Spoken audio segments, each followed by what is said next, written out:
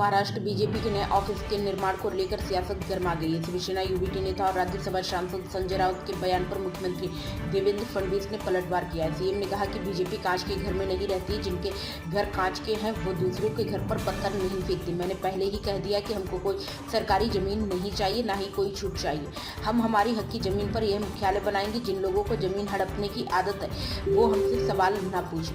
मुख्यमंत्री ने कहा कि जब केंद्रीय गृह मंत्री अमित शाह बीजेपी के राष्ट्रीय अध्यक्ष थे और उस समय जब राज्य में चुनाव हुए थे तो उन्होंने महाराष्ट्र के हर जिले में पार्टी कार्यालय बनाने की जरूरत पर जोर दिया था, जहां आम आदमी न्याय की गुहार लगा सके और जहां पार्टी कार्यकर्ता घर जैसा महसूस कर सके। महाराष्ट्र में हम इसी लक्ष्य को दिशा में लगातार काम कर रहे हैं। उन्होंने कहा कि हालांकि हमारे जिला कार्यालय काफी बढ़ गए, लेकिन राज्य कार्यालय अब तक अपेक्षाकृत छोटे आकार में ही है। 2014 के चुनाव के दौरान अमित शाह ने लगभग 15 दिनों तक हमारे मौजूदा राज्य कार्यालय से काम किया था और दिन रात अथक परिश्रम करते हुए वहां मुंबई का मशहूर बड़ा पाव खाया था। एक निजी जमीन खरीदने का फैसला किया। रास्ते में कई चुनौतियां आई और विपक्ष के लोगों ने इस पर राजनीति भी करने की कोशिश की। उनसे मैं बस यही कहना चाहता हूं कि भाजपा के शीशे के घर में नहीं रहती, इसलिए हम पर पत्थर मत फेंको। हालांकि हमें ज्यादा एफएसआई का हक था, फिर भी हमने कम जमीन का इस्तेमाल करके निर्माण करना चुना।